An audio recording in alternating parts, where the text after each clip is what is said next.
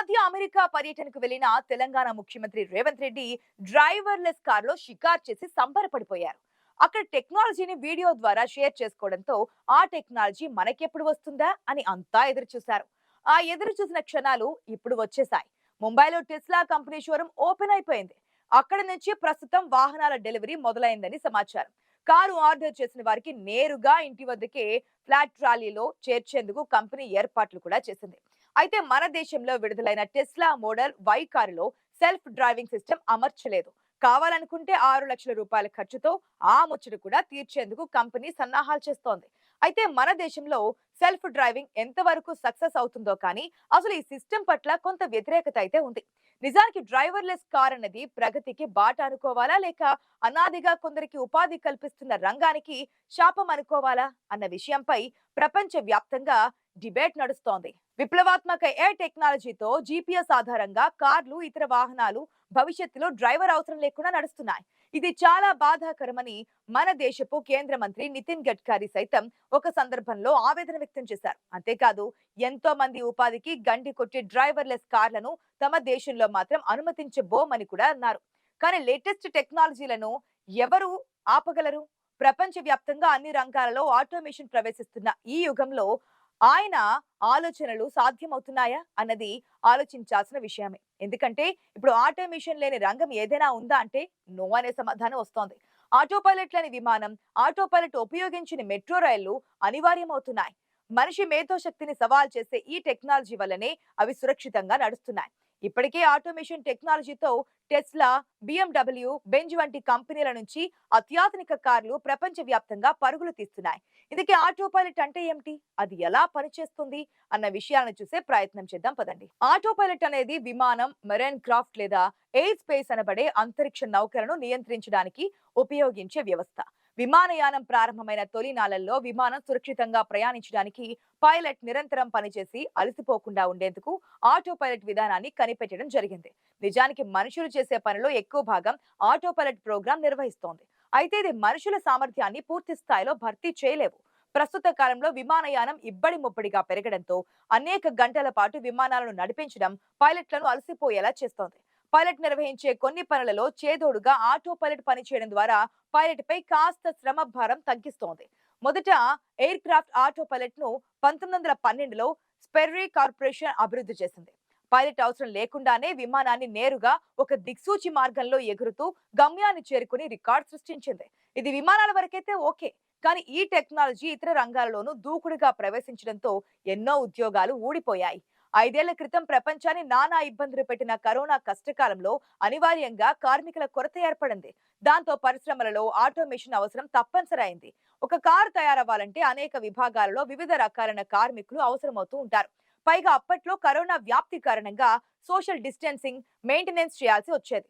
దాంతో యంత్రాలను నడిపించడం కష్టంగా మారింది. ఆ సమయంలోనే పరిశ్రమ వర్గాలు ఆటోమేషన్ సదుపాయాన్ని ఎంచుకున్నాయి. అది కాస్త సూపర్ సక్సెస్ అవడంతో ఆ రంగంలో ఇక మనుషుల అవసరం తీరిపోయింది. కరోనా ఉపశమనం తరువాత కూడా ఆటోమేషన్ రోబోలదే రాజ్యంగా మారిపోయింది. మనుషులు చేయలేని పని స్థలాలలో కూడా రోబోలు తూచా తప్పకుండా ఖచ్చితత్వంతో పనిచేస్తున్నాయి. పైగా వాటికి పని స్థలాలలో సదుపాయాలు, హక్కులు, పనిలో అలసట లాంటివి లేకపోవడం పరిశ్రమల యాజమాన్యాలకు అదృష్టంగా మారింది. చేసే పనిలో నాణ్యతతో పాటు రెట్టింపు ఉత్పత్తి సాధ్యపడింది. అలా ఆటోమేషన్ అన్ని రంగాల్లోనూ ప్రవేశించి వేగం పుంజుకుంది. ఒక్కసారి ఆటోమేషన్ టెక్నాలజీకి అలవాటయ్యాక అది లేకుండా జీవించడం అసాధ్యమైన లెవెల్లో వ్యవస్థలు రూపుదిద్దుకున్నాయి. చరిత్రను పరిశీలిస్తే తక్కువ సమయంలో ఎక్కువ పని చేయించుకోగలడం అన్నది గొప్పగా పరిగణించేవారు. పారిశ్రామిక విప్లవం తర్వాత ప్రపంచమంతా ఫ్యాక్టరీల పొగ కొట్టాలే కనిపించేవి. సైరన్ మోతలు, యంత్రాల రోతలే ఎక్కువగా వినిపించేవి. కాలంతో పోటీ పడుతూ జనం పరుగులు తీసేవాళ్ళు. షిఫ్టుల వారి డ్యూటీలతో కార్మికులు కాలుష్యాలను పీలుస్తూ పనిచేసేవారు. కానీ నేటి కాలంలో మనుషులు యంత్రాలను నడపడం ఓల్డ్ ఫ్యాషన్, యంత్రాలను యంత్రాలే నడపడం లేటెస్ట్ ట్రెండ్. దానికి ఆర్టిఫిషియల్ ఇంటెలిజెన్స్ తోడవడం ఇంకా లేటెస్ట్ ట్రెండ్. మీకు తెలుసా, ఇప్పుడు ఒక పేషెంట్ ఎక్కడో గుండె నొప్పితో ఆసుపత్రిలో చేరితే మరెక్కడో విదేశాలలో ఉన్న హృద్రోగ నిపుణుడు ఇంటర్నెట్ సాయంతో ఆపరేషన్ పూర్తి చేస్తున్నారు. ఎక్కడి నుంచో ఆయన ఇస్తున్న ఆదేశాలను ఇక్కడి రోబో యంత్రం చక్కగా పాటిస్తోంది. ఆపరేషన్లు 100% సక్సెస్ అవుతున్నాయి. ఇది నేటి ఆధునికతలో ఉండే బ్యూటీ అని భావించవచ్చు. ముఖ్యంగా ఈ ఆటోమేషన్ టెక్నాలజీలు కార్లు, భారీ వాహనాలను తయారు చేసే పరిశ్రమల్లో అద్భుతంగా పనిచేస్తూ మెరుగైన ఫలితాలను అందిస్తున్నాయి. టాటా, బెంజ్, ఆడి, టెస్లా లాంటి కార్ల తయారీ పరిశ్రమలో మానవరహిత రోబో యంత్రాల ద్వారానే పనులు చకచకా జరిగిపోతున్నాయి. మనుషులకు కల్పించే ఎలాంటి సౌకర్యాలు వీటికి అవసరం లేదు. రాత్రింబవలు పనిచేస్తూ ఉంటాయి. మహా అయితే క్రియేటివిటీ, క్వాలిటీ కోసం ఒక 20% నిపుణులు యంత్రాలతో కలిసి పనిచేస్తూ ఉంటారు అంతే. చూస్తుండగానే తయారయ్యే కార్లు ఏకంగా కంటైనర్లలో లోడ్ అవుతూ అమ్మకానికి రెడీ అయిపోతున్నాయి. ఇప్పుడు ఆ కంటైనర్లు కూడా డ్రైవర్ లెస్ విధానంతో రై రైమంటూ ఎక్స్ప్రెస్ హైవేలపై దూసుకుపోతున్నాయి. గంటకు 150 కిలోమీటర్ల వేగంతో మార్కెట్ వైపు దూసుకెళ్తున్నాయి. అమెరికా టెక్సాస్ రాష్ట్రంలో ఇప్పటికే డ్రైవర్ రహిత ట్రక్కులకు అధికంగా అనుమతులు లభించాయి. లోడ్ చేయబడిన ట్రక్కులు జీపీఎస్ టెక్నాలజీ ఆధారంగా ఎక్కడికి వెళ్లాలో వాటంతట వెళ్లిపోతున్నాయి. అన్లోడ్ అవగానే మళ్ళీ డిపోకు చేరుకుంటున్నాయి కూడా. విమానాలలో అయితే మనం ముందే చెప్పుకున్నాం కదా, ఈ టెక్నాలజీ ఎప్పుడో 100 ఏళ్ల క్రితమే ప్రవేశించింది అని. సాధారణంగా అంతర్జాతీయ ప్రయాణాలు 20 గంటల యావరేజ్ గా నాన్ స్టాప్ గా జరుగుతూ ఉంటాయి. అంతసేపు పైలట్లు కార్లను నడిపినట్లుగా మాన్యువల్ గా నడపడం అన్నది అసాధ్యం. ఒకే వేగంతో ఒకే ధరలో వెళ్ళగలిగే అనుకూల పరిస్థితులు ఉన్నప్పుడు ఆటో పైలట్ మోడ్ లో పెట్టి పైలట్లు హాయిగా నిద్రపోతూ ఉంటారు. ఆటో పైలట్ మోడ్ లో ఉంటుంది కాబట్టి విమానం బుద్ధిగా తన దారిని తాను ప్రయాణిస్తూ ప్రయాణికులను గమ్యానికి చేరుస్తోంది. ఈ లెక్కన రేపటి కాలంలో ప్యాసింజర్ ప్లేన్లలో పైలట్ల అవసరం కూడా తీరిపోతుందంటే అతిశయోక్తి ఎంత మాత్రం కాదని అంటున్నారు విశ్లేషకులు. ఇప్పటికే మార్కెట్లో ప్రవేశించిన కొన్ని ఖరీదైన కార్లలో డ్రైవర్లెస్ విధానంలో కాకుండా క్రూయిజ్ కంట్రోల్ అన్న ఆప్షన్ ఉంటుంది. దానిలో స్పీడ్ సెట్టింగ్ ఒక 80 కిలోమీటర్ల దగ్గర సెట్ చేస్తే చాలు. ఎక్సిలేటర్ తొక్కాల్సిన అవసరం లేకుండా కారు ముందుకు వెళ్తూ ఉంటుందన్నమాట. కేవలం స్టీరింగ్ పై చేతులు వేసి ఉంచితే చాలు, యజమానిని సురక్షితంగా ఇంటికి చేరుస్తోంది. పొరపాటున నిద్రలోకి జారుకొని స్టీరింగ్ పై చేతులు తీసేస్తే కాసేపటి దాకా చూసి ఆటోమేటిక్ గా హార్న్ మోగిస్తోంది. అయినా పరిస్థితిలో మార్పు లేకపోతే రోడ్డు పక్కనే సురక్షితమైన చోట పార్కింగ్ అయిపోయి హాజర్డ్ లైట్లను వెలిగిస్తూ ఇతర ప్రయాణికులను అలర్ట్ చేస్తుందన్నమాట.